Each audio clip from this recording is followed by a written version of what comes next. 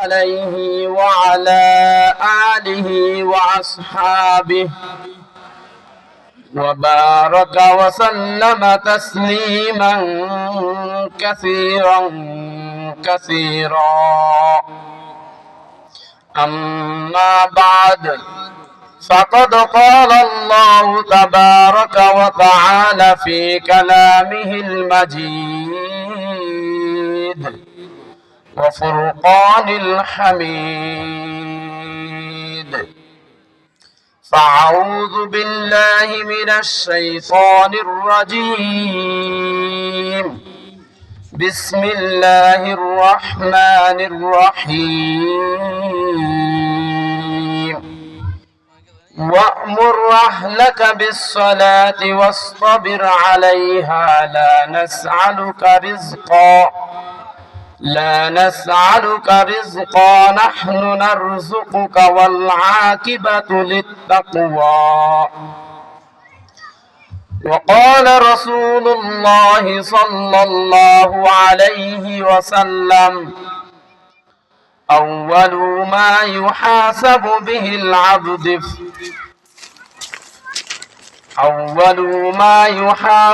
به العبد يوم القيامة الصلاة، فإن صلحت صلح سائر عمله، وإن فسدت فسد سائر عمله، أو كما قال رسول الله صلى الله عليه وسلم.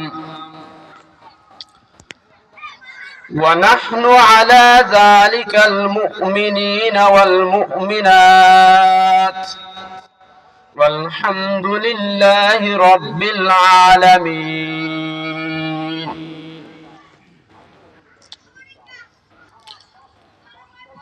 দইয়ারা তেপুকুড়িয়া পশ্চিম পাড়া জামে মসজিদের উদ্যোগে প্রথমতম আজকের এই ইসলামী মহাসম্মেলন, উপস্থিত শ্রদ্ধেয় সভাপতি ও হযরত উলামায়ে কেরাম, সম্মানিত সুধী সমাজ, দূর দূরান্ত থেকে আগত দিন ও ধর্ম প্রেমিক সর্বস্তরের মুসলমান ভাইরা আমার ও আমার পর্দানিশীন মা ও বোনেরা, আমরা সকলেই মহান আল্লাহ সুবহানাহু ওয়া তাআলার দরবারে অন্তরের অন্তঃস্থল থেকে একবার কালিমাত শুকর আদায় করে আমরা সকলে বলি আলহামদুলিল্লাহ। ফার্সি ভাষায় কবি বলেন, ইসাদত বুজুরে বাজুনিস্তানা বখশদ খুদায়ে বখশিন্দা। এই যে আমরা এখানে বসছি, নিজ ইচ্ছায় আমরা এখানে আসতে পারি নাই। আল্লাহ সুবহানাহু ওয়া তাআলা আমাকে আপনাকে এখানে নিয়ে এসেছেন এবং বসার তৌফিক দিয়েছেন, সেজন্যই আমরা এখানে বসতে পারছি। সমাজে অনেক লোক ছিল যে আজকে যে এই যে আয়োজন করা হয়েছে, এটা তো সারা বছর হয় না, প্রতিদিন করা হয় না, প্রতি মাসেও করা হয় না, বছরে একবার এরকম হয়েছে।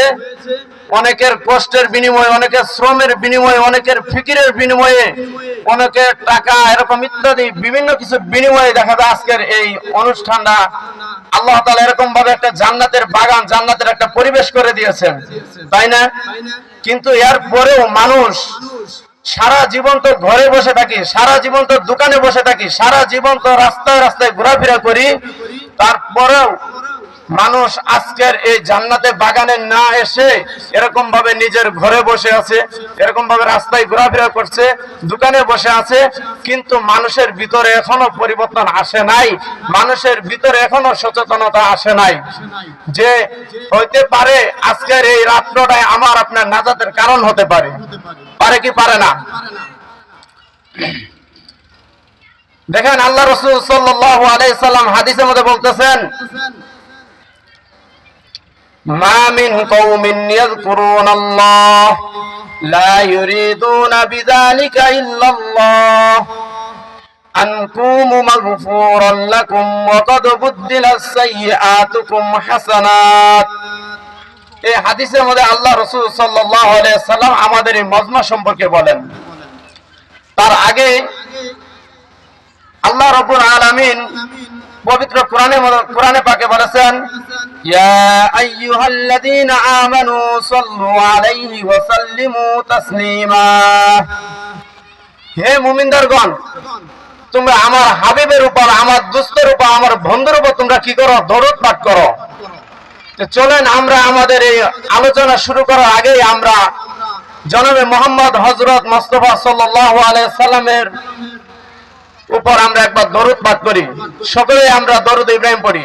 আল্লাহুম্মা সাল্লি আলা মুহাম্মাদ ওয়া আলা আলি মুহাম্মাদ কামা সাল্লাইতা আলা ইব্রাহিম ওয়া আলা আলি ইব্রাহিম ইন্নাকা হামিদুম মাজিদ। اللهم بارك على محمد وعلى آل محمد كما باركت على إبراهيم وعلى آل إبراهيم إنك حميد مجيد। মুহতারাম হাজিরিন, এই দরুদ পড়ার দ্বারা আমার আপনার কি লাভ হলো? আল্লাহ রাসূল সাল্লাল্লাহু আলাইহি সাল্লাম নাসাই শরীফের 1286 নম্বর হাদিসের মধ্যে বলেছেন, মান সাল্লা আলাইয়া সালাতান ওয়াহিদাতান সাল্লাল্লাহু আলাইহি আশরা সালাওয়াত ওয়া হুত্তাত আনহু আশরু খতিআত ওয়া রুফিআত লাহু আশরু দারাজাত। এই যে আমি আপনি আল্লাহ রাসূল সাল্লাল্লাহু আলাইহি সাল্লামের উপর দরুদ পাঠ করলাম, আল্লাহ রাসূল সাল্লাল্লাহু আলাইহি সাল্লাম নাসাই শরীফের এক হাদিসের মধ্যে বলেছেন যে মান সাল্লা আলাইয়া সালাতান ওয়াহিদাতান, যে ব্যক্তি এরকম ভাবে আমার উপর একবার দরুদ পাঠ করবে, আল্লাহ সুবহানাহু ওয়া তাআলা তার উপর 10টা রহমত নাজিল করবেন। তা আমি আপনাকে এই দরুদ পাঠ করে কি আমি আপনি ক্ষতিগ্রস্ত হয়েছি? আমার আপনি কোনো লস হয়েছে? আমি আপনি লাভবান হয়েছি। এরপরে আল্লাহ রাসূল সাল্লাল্লাহু আলাইহি সাল্লাম আরো বলতেছেন, ওয়া হুত্তাত আনহু আশরু খতিআত, তার এরকম ভাবে 10টা গুনাহ মাফ করে দেওয়া হবে। নাকি আমাদের কারোর জীবনে কোনো গুনাহ হয় নাই? তাহলে আমি আর আপনি কি লাভবান হয়েছি? তাই নয়, আল্লাহ রাসূল সাল্লাল্লাহু আলাইহি সাল্লাম আরো বলতেছেন, ওয়া রুফিআত লাহু আশরু দারাজাত, আল্লাহ রাব্বুল আলামিন তার এরকম ভাবে 10টা মর্তবা বুলন্দ করে দিবেন। তাহলে দেখেন, এরকম ভাবে যদি আমি আপনি একবার দরুদ পাঠ করার জন্য, দরুদ পাঠ করার কারণে যদি আল্লাহ রাব্বুল আলামিন আমার আপনার উপরে যদি এরকম ভাবে 10 বার রহমত নাজিল করেন, 10টা গুনাহ মাফ করে দেন এবং 10টা মর্তবা বুলন্দ করে দেন, তাহলে যদি আমি আপনি এরকম ভাবে দৈনিক 100 বার, 300 বার, 500 বার, 700 বার, 1000 বার যদি দরুদ পড়ি, আমার আপনার কোনো লস আছে? কারণ এই দরুদ পড়ার দ্বারা তো আমার আপনার কোনো ক্ষতি হয় না। এর থেকেও এখন তো আমরা দরুদ ইব্রাহিম বললাম, অনেক লম্বা দরুদ, আমরা আরো ছোট ছোট দরুদ পড়তে পারি, হাঁটতে ফিরতে উঠতে বসতে এরকম ভাবে সাল্লাল্লাহু আলাইহি সাল্লাম এইটুকু পড়তে পারি। হাঁটতেছি আমি সাল্লাল্লাহু আলাইহি সাল্লাম এরকম আমি আপনার পড়তে পারি। তো দেখা যায় আমি আপনার দুনিয়াতে দরুদ পাঠ করবো, কিন্তু আখিরাতে আমার আপনার এরকম ভাবে কি হতে থাকবে? জান্নাত সুসজ্জিত হতে থাকবে। এই যে দেখেন, আজকে আমরা এই মজমায় আসছি, আল্লাহ রাসূল সাল্লাল্লাহু আলাইহি সাল্লাম এই মজমার ব্যাপারে আরো ওয়াদা দিয়েছেন। যে হাদিসটা দরুদ পাঠ করার আগে আমরা হাদিসটা পড়ছিলাম, মা মিন কওমিন ইয়াযকুরুনাল্লাহ লা ইউরিদুনা বিযালিকা ইল্লা ওয়াজহাহু ইল্লা নাদাহুম মুনাদিম মিনাস সামাই আন কুমু মাগফুরান লাকুম ওয়া ক্বাদ বুদ্দিলাত সাইয়্যাতুকুম হাসানাত। আল্লাহ রাসূল সাল্লাল্লাহু আলাইহি সাল্লাম এই হাদিসের মধ্যে এই মজমার কথা বলেছেন। আল্লাহ রাসূল সাল্লাল্লাহু আলাইহি সাল্লাম দুনিয়ার কোন মজমার ব্যাপারে এরকম ভাবে সুসংবাদ দিয়ে যান নাই চেয়ারম্যানের কোন মজমার ব্যাপারে, চেয়ারম্যান, এমপি, মন্ত্রী, এরকম ভাবে প্রাইম মিনিস্টার, এরকম ভাবে তাদের কোন মজমার ব্যাপারে, তাদের মজমাগুলোতে হাজার হাজার লক্ষ লক্ষ লোক যদি হয়, ওই সমস্ত মজমার ব্যাপারে, ওই সমস্ত অনুষ্ঠানের ব্যাপারে আল্লাহ রাসূল সাল্লাল্লাহু আলাইহি সাল্লামের কোনো ওয়াদা নাই। কিন্তু আজকে এই যে জান্নাতের বাগান হয়েছে, এখানে জান্নাতের বাগান যে এই যে পরিবেশটা, এই মজমার ব্যাপারে আল্লাহ রাসূল সাল্লাল্লাহু আলাইহি সাল্লামের ওয়াদা আছে। সেই ওয়াদাটা কি? ওয়াদাটা শুনেন মনোযোগ সহকারে। মা মিন কওমিন ইয়াযকুরুনাল্লাহ, যখন কোন বান্দা এরকম ভাবে কোথাও এরকম ভাবে একত্রিত হয়, তাদের উদ্দেশ্যই হয় একমাত্র আল্লাহ, আল্লাহ রাসূলকে সন্তুষ্ট করা। আমি আপনি এখানে আসছি, এই প্রচন্ড ঠান্ডার ভিতরে বসে আছি, কিছু কথা বলছি এবং শুনছি আমরা। এখানে কি আমার আপনার দুনিয়াবি কোন উদ্দেশ্য আছে? যে এইখানে যদি আমরা ঠান্ডার ভিতরে বসে থাকি তাহলে এরকম ভাবে 500-1000 করে টাকা দেওয়া হবে, এরকম কোনো ওয়াদা আছে? নাই। এখানে আমাদের আশা এবং বসার উদ্দেশ্য একমাত্র হলো আল্লাহ সুবহানাহু ওয়া তাআলাকে সন্তুষ্ট করা। তো এই আমার আপনার ব্যাপারে আল্লাহ রাসূল সাল্লাল্লাহু আলাইহি সাল্লাম এই হাদিসের মধ্যে ওয়াদা দিয়েছেন। আনকুম, আসমানে এরকম ভাবে এক ফেরেশতা এরকম ভাবে ঘোষণা করতে থাকেন, আনকুম মাগফুরাল লাকুম ওয়া ক্বাদ বুদ্দিলাস সাইয়্যাতুকুম হাসানাত, যে তোমাদের গুনাহ খাতাগুলোকে এরকম ভাবে নেকি দ্বারা পরিবর্তন করে দেওয়া হলো। এটা কিন্তু দুনিয়ার কোন মজমার ব্যাপারে এই ওয়াদা আল্লাহ রাসূল বলে নাই যে তোমাদের গুনাহকে মাফ করে দেওয়া হলো। এরপরে আল্লাহ রাসূল সাল্লাল্লাহু আলাইহি ওয়াসাল্লাম বলতেছেন তোমাদের গুনাহগুলোকে নেকি দ্বারা পরিবর্তন করে দেওয়া হলো। অন্য হাদিসের মধ্যে আল্লাহ রাসূল সাল্লাল্লাহু আলাইহি ওয়াসাল্লাম বলেছেন, ইন যাকারনি নাফসি যাকারতুহু নাফসি ফা ইন যাকারনি ফি মালাইন যাকারতুহু ফি মালাইন খায়রিম মিনহুম, যখন কোন বান্দা আমাকে মনে মনে স্মরণ করে আমি তাদেরকে এরকম, আমিও আল্লাহ তাকে মনে মনে স্মরণ করি। হাদিসে কুদসির ভিতরে আল্লাহ রাসূল আল্লাহ তাআলা বলেছেন। এরপরে আল্লাহ তাআলা বলেছেন, যখন কোন বান্দা এরকম ভাবে কোন মজমার ভিতরে আমাকে স্মরণ করে, কোন অনুষ্ঠানের ভিতরে আমাকে স্মরণ করে, আমি আল্লাহ সুবহানাহু ওয়া তাআলা তাদেরকে এরকম ভাবে তাদের চাইতে উত্তম মজমা, দামি সমাবেশে তাদের আমি আলোচনা করতে থাকি। তা আল্লাহ সুবহানাহু ওয়া তাআলার কাছে দামি মজমা কাদের মজমা? ফেরেশতাদের মজমা। কারণ ফেরেশতারা কখনো কোনো তারা গুনাহ করেন না। তাদেরকে আল্লাহ সুবহানাহু ওয়া তাআলা যাকে যেই কাজে নিয়োজিত করে রাখছেন সে সেই কাজই করতে আছে, কিয়ামত পর্যন্ত করতে থাকবে। যাকে নামাজের জন্য রাখছেন সে নামাজ পড়ছে, যাকে সেজদার জন্য রাখছেন সে সেজদা করছে, যাকে এরকম ভাবে রুকুতে রাখছেন সে রুকু করতেছে।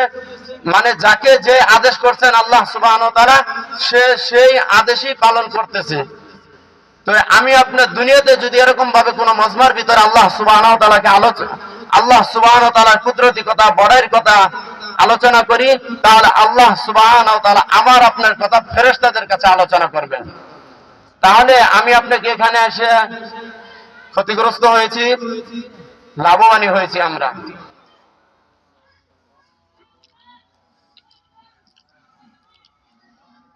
এরপর আল্লাহ সুবহানাহু ওয়া তাআলা সূরা তাহার 132 নম্বর আয়াতের মধ্যে আল্লাহ সুবহানাহু ওয়া তাআলা বলেন, ওয়া'মুর আহলাকা বিস-সালাহ ওয়াসতাবির আলাইহা লা নাসআলুকা রিজকা আলাইহা নাহনু নারযুকুকা ওয়াল আকিবাতু লিত-তাকওয়া।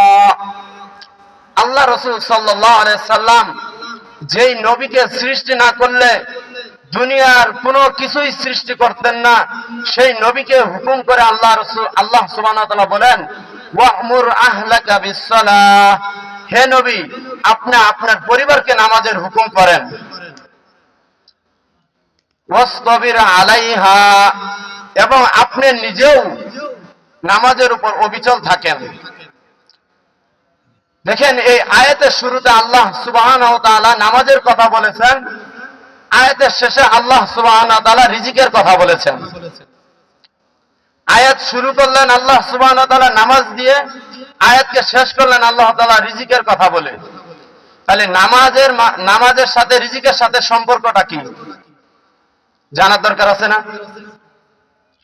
দেখেন আজকে মানুষ, সারা দুনিয়ার মানুষ রিজিকের পেরেশানিতেই, রিজিকের চিন্তায়, রিজিকের আশায় দুনিয়ার এরকম ভাবে আল্লাহ তাআলা কি বলেছেন আল্লাহ রাসূল সাল্লাল্লাহু আলাইহি সাল্লাম কি বলে গিয়েছেন? সব কিছু ভুলে গিয়েছে, একমাত্র রিজিকের টেনশনে, রিজিকের অনুসন্ধানে। এই আয়াতে আল্লাহ সুবহানাহু ওয়া তাআলা কেমন যেন আপনাদের প্রত্যেকটা দোকানদারদেরকে, প্রত্যেকটা কর্মরত অবস্থা ব্যক্তিদেরকে, প্রত্যেকটা চাকরিজীবীদেরকে আল্লাহ সুবহানাহু ওয়া তাআলা বলতেছেন, হে দোকানদারেরা, তোমরা আজান হয়ে যাওয়ার পরেও, হে কর্মরত লোকেরা, আজান হয়ে যাওয়ার পরেও তোমরা কেন তোমাদের কাজকে তোমরা বন্ধ করো না? রিজিকের আশায়, রিজিকের চিন্তায় আল্লাহ সুবহানাহু ওয়া তাআলা আয়াতের শেষ অংশে বলেছেন, লা নাসআলুকা রিজকা নাহনু নারযুকুকা ওয়াল আকিবাতু লিত্তাকওয়া। না না না না, তোমরা আমাকে রিজিক দাও না, আমি আল্লাহ সুবহানাহু ওয়া তাআলাই তোমাদেরকে রিজিক দেই।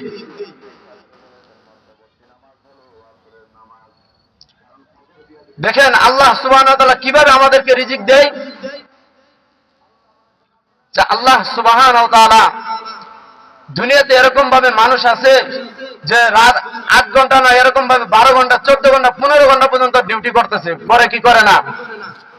এরকম ভাবে সবচেয়ে কষ্টের কাজ, পরিশ্রমের কাজ করে ডালার কাজ যারা করে, রিক্সা চালায়, ভ্যান চালায়, এরাই কষ্ট বেশি করে, নাকি যারা অফিস আদালতে যায় 8 ঘন্টা ডিউটি করে, 6 ঘন্টা 7 ঘন্টা ডিউটি করে, 2-4টে কলমের খোঁচা দিয়ে চলে আসে, তারা বেশি কষ্ট করে?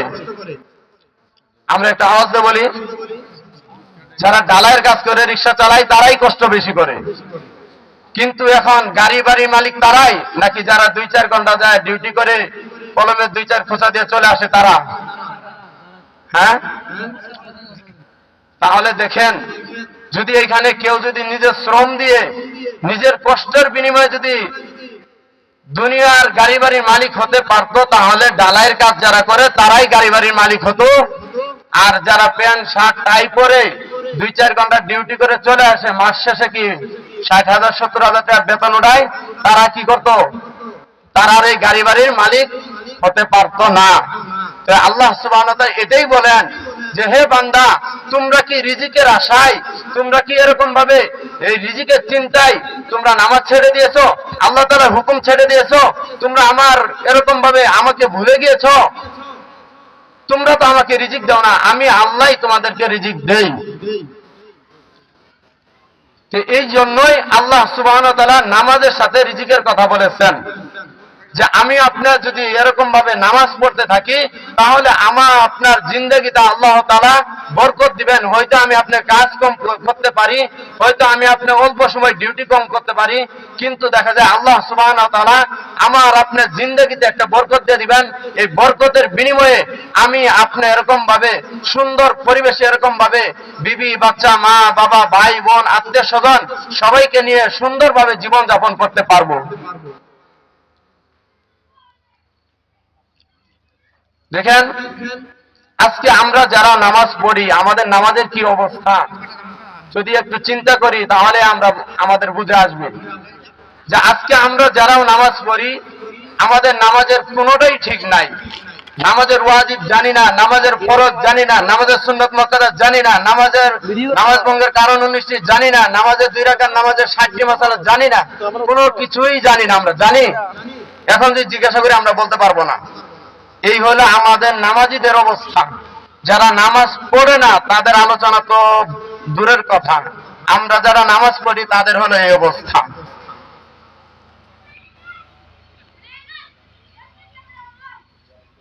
আর আমার এরকম ভাবে নুরানি মুক্তবে যারা পড়ে, তাদেরকে যদি জিজ্ঞাসা করি, হে বাবু, তুমি 2 রাকাত নামাজের 60টি মাসালা বলো, সে এক টানে এক শ্বাসে বলে দিবে 2 রাকাত নামাজের 60টি মাসালা।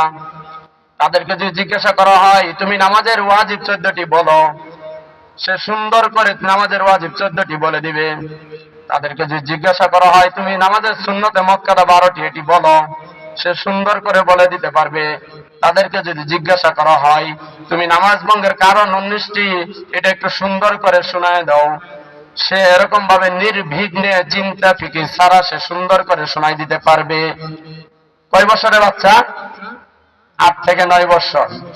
6 বছরের বাচ্চাদেরকে যদি জিজ্ঞাসা করা হয় সুন্দর করে তারা শোনাই দিতে পারবে, কিন্তু আমার আপনার বয়স হয়েছে 60, 50, 40, কিন্তু আমাকে আপনাকে যদি জিজ্ঞাসা করা হয় আমি আপনি এগুলো শোনাইতে পারবো না। এই চিন্তা করে আবার আমরা নামাজ ছেড়ে দিব না। আমরা যারা এখন নামাজ পড়ি তারা কি আবার এই চিন্তা করে নামাজ ছেড়ে দিব? না না না, নামাজ ছেড়ে দেওয়ার কোনো সুযোগই নাই আমার আপনার শিখার সময় মোটামুটি শেষের দিকেই, কিন্তু বাকি যে সময়টা আছে এটা শিখার চেষ্টা করতে হবে। যে আমি পারি না বিধায় আমি নামাজ ছেড়ে দেব, এটা আল্লাহ রাসূল সাল্লাল্লাহু আলাইহি সাল্লাম কোথাও বলেন নাই, আল্লাহ সুবহানাহু ওয়া তাআলাও কোথাও বলেন নাই। দেখেন আজকে আমাদের নামাজের অবস্থা আর সাহাবায়ে কেরামের নামাজের অবস্থা কেমন ছিল। হযরত খুবাইব রাদিয়াল্লাহু তাআলা আনহু তেনাকে মৃত্যুদণ্ড দেওয়ার জন্য তামিম অঞ্চলে নিয়ে যাওয়া হচ্ছিল। ডক্টর আব্দুর রহমান ইবনে আরিফ ওনার এক কিতাব সোয়ারুম মিন হায়াতুস সাহাবা, এই কিতাবের মধ্যে বর্ণনা আসছে যে 6 জন সাহাবী ছিল, কিন্তু বুখারীর রওয়ায়েতে বা হাদিসের অন্যান্য কিতাবের রওয়ায়েতে আরো বেশি সংখ্যক সাহাবীর কথা উল্লেখ আছে।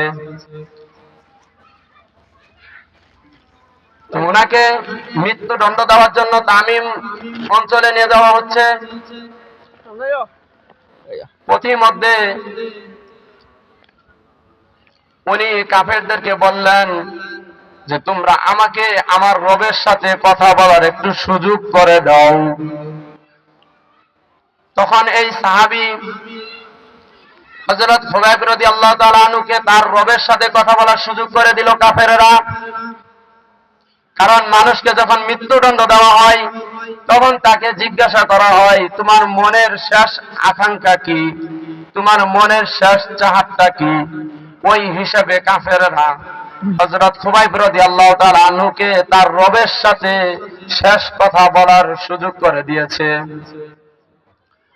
হযরত খুবাইব রাদিয়াল্লাহু তাআলা আনহু নামাজে দাঁড়িয়েছেন তো দাঁড়িয়েছেন, তার সারা শরীরে মৃত্যুর কোনো দাগই নাই, তার অন্তরে মৃত্যুর কোনো ভয়ই নাই। সে নামাজে দাঁড়িয়েছে তো দাঁড়িয়েছে, এত বিনয়ের সহিত দাঁড়িয়েছে যে সে মৃত্যুর কথা বলেই গিয়েছে। রুকু করেছে তো রুকু করেছে, এত বিনয়ের সহিত রুকু করেছে যে তিনি মৃত্যুর কথা ভুলেই গিয়েছেন।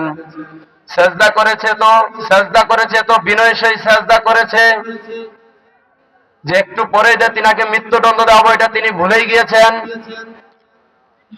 কাফেরদের মধ্যে যুবক একজন কাফের, তার নাম ছিল সাঈদ ইবনে আমর আল জুমাহি। তিনি হযরত খুবাইব রাদিয়াল্লাহু তাআলা আনহুর কিয়াম রুকু সাজদা দেখে খুব ভালো করে ফলো করতে লাগলেন আর মনে মনে চিন্তা করতে লাগলেন যে লাতের সামনে, মানাতের সামনে, উজ্জার সামনে, হাবলের সামনে বা মানব রচিত কোন প্রতিমার সামনে এত সুন্দর করে দাঁড়ানো যায় না, মানুষ কখনো এত সুন্দর করে দাঁড়াইতে পারে না। তখন তিনি মনে মনে বললেন নিঃসন্দেহ আল্লাহ সুবহানাহু ওয়া তাআলা সত্য। আল্লাহ সুবহানাহু ওয়া তাআলা যদি সত্য না হতেন হযরত খুবাইব রাদিয়াল্লাহু তাআলা আনহু আল্লাহ সুবহানাহু ওয়া তাআলার সামনে এত সুন্দর করে বিনয়ের সাথে কিয়াম করতে পারত না। নিঃসন্দেহে আল্লাহ সুবহানাহু ওয়া তাআলা সত্য। যদি আল্লাহ সুবহানাহু ওয়া তাআলা সত্য না হতেন তাহলে হযরত খুবাইব রাদিয়াল্লাহু তাআলা আনহু কখনো এত বিনয়ের সাথে এত নম্রভাবে আল্লাহ সুবহানাহু ওয়া তাআলার সামনে রুকু করতে পারতেন না। নিঃসন্দেহে আল্লাহ সত্য। যদি আল্লাহ সত্য না হতেন তাহলে হযরত খুবাইব রাদিয়াল্লাহু তাআলা আনহু কখনো এত বিনয়ের সাথে আল্লাহ সুবহানাহু ওয়া তাআলার সামনে জমিনে লুটে পড়তে পারতেন না। এই বলে হযরত খুবাইব রাদিয়াল্লাহু তাআলা আনহু বাসায় গেলেন। সাঈদ ইবনে আমর আল জুমাহি তিনি বাসায় গেলেন। বাসায় যায় সারা রাত ঘুমাতে পারলেন না। তিনি না ঘুমিয়ে সারা রাত কাটিয়ে দিলেন। সকাল হওয়ার সাথে সাথে দৌড়ে আল্লাহ রাসূল সাল্লাল্লাহু আলাইহি সাল্লামের দরবারে গেলেন। আল্লাহ রাসূল সাল্লাল্লাহু আলাইহি সাল্লামের দরবারে গিয়ে বললেন, ইয়া রাসূলুল্লাহ, নিঃসন্দেহে আল্লাহ সুবহানাহু ওয়া তাআলা সত্য, তিনি যদি সত্য না হতেন তাহলে কোন ব্যক্তি আল্লাহ সুবহানাহু ওয়া তাআলার দরবারে আল্লাহ সুবহানাহু ওয়া তাআলার সামনে এত বিনয়ের সহিত দাঁড়াইতে পারতো না, এত বিনয়ের সহিত রুকু করতে পারতো না, এত বিনয়ের সহিত সিজদা করতে পারতো না, এত বিনয়ের সাথে বৈঠক করতে পারতো না। তখন সাঈদ ইবনে আমর আল জুমাহি আল্লাহ রাসূল সাল্লাল্লাহু আলাইহি সাল্লামকে বললেন, ইয়া রাসূলুল্লাহ, আমি আপনার দরবারে আসছি মুসলমান হওয়ার জন্য, আপনি আমাকে দ্রুত কালিমা পড়িয়ে মুসলমান বানিয়ে দেন। দেখেন সাহাবায়ে কেরামের নামাজ ছিল এমন যে তাদের নামাজ দেখে কাফের পর্যন্ত মুসলমান হয়ে যেত, আর আমার আপনার নামাজ যদি কোনো মুসলমানে দেখে তাহলে মুসলমানে কাফের হয়ে যাবে। আমার আপনার নামাজের অবস্থা হলো এই। এরপর আল্লাহ সুবহানাহু ওয়া তাআলা পবিত্র কোরআনের 18 নম্বর পারা সূরাতুল মুমিনের মধ্যে বলেন, ক্বাদ আফলাহাল মুমিনুন আল্লাযীনা হুম ফী সালাতিহিম খাশিউন। যে মুমিনরা সফল কাম, ক্বাদ আফলাহাল মুমিনুন, মুমিনরা সফল কাম। কোন ধরনের মুমিনরা সফল কাম? আল্লাযীনা হুম ফী সালাতিহিম খাশিউন, যারা তাদের নামাজে বিনয়ী, তারা হলো সফল কাম।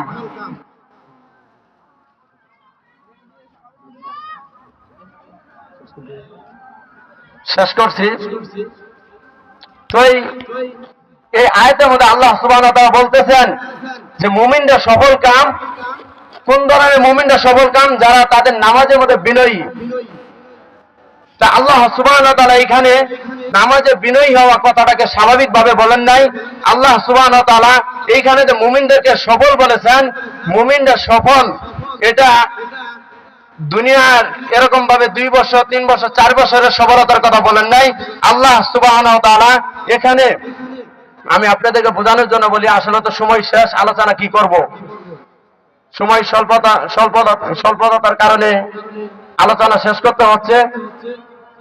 বাকি আলোচনা ছিল অনেক লম্বা, কেবল আলোচনা শুরু করছি, নামাজের আলোচনা শুরু করছি কেবল মাত্র।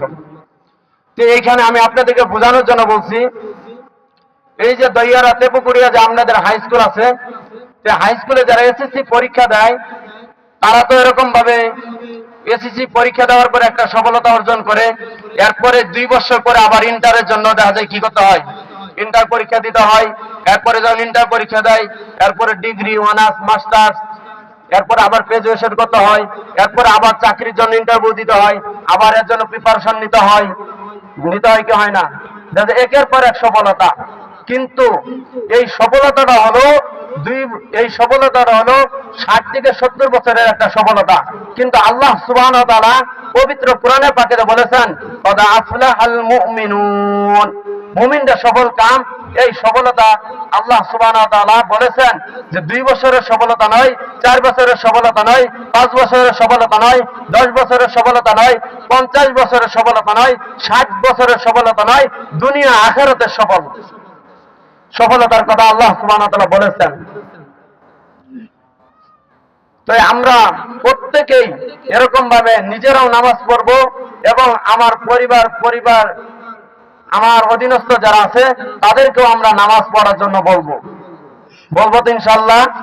আর যদি আমি না বলি তাহলে কাল কিয়ামতের ময়দানে আমার আপনার ধরা খেয়ে যেতে হবে। আমি আপনি নিজে যদি নামাজ পড়ি, পরিবার পরিজন এদেরকে যদি নামাজের কথা না বলি, কাল কিয়ামতের ময়দানে তারা আমার বিরুদ্ধে এরকম ভাবে মামলা দায়ের করবে আল্লাহ সুবহানাহু ওয়া তাআলার কাছে। তখন আমার আপনার কোনো উপায় থাকবে না। এজন্য আমরা নিজেরাও নামাজ পড়ব এবং আমাদের পরিবার পরিজন, আত্মীয় স্বজন যারা আছে, আমার পাড়া প্রতিবেশী, প্রত্যেকটা মানুষ যেন নামাজি হয়ে যায়, এই জন্য আমরা তাদেরকে দাওয়াত দিতে থাকবো। পারবো তো ইনশাআল্লাহ? সময় অল্প থাকার কারণে আলোচনা শেষ করছি। বাকি আলোচনা অনেক লম্বা ছিল। বাকি যে কথাগুলো বললাম, আল্লাহ সুবহানাহু ওয়া তাআলা এর সঠিক কথার উপরে সর্বপ্রথম আমাকে এবং আপনাদেরকে আমল করার তৌফিক দান করুন। ওয়া আখিরি দাওয়ানা আনিল হামদুলিল্লাহি রাব্বিল আলামিন। আসসালামু আলাইকুম ওয়া রাহমাতুল্লাহি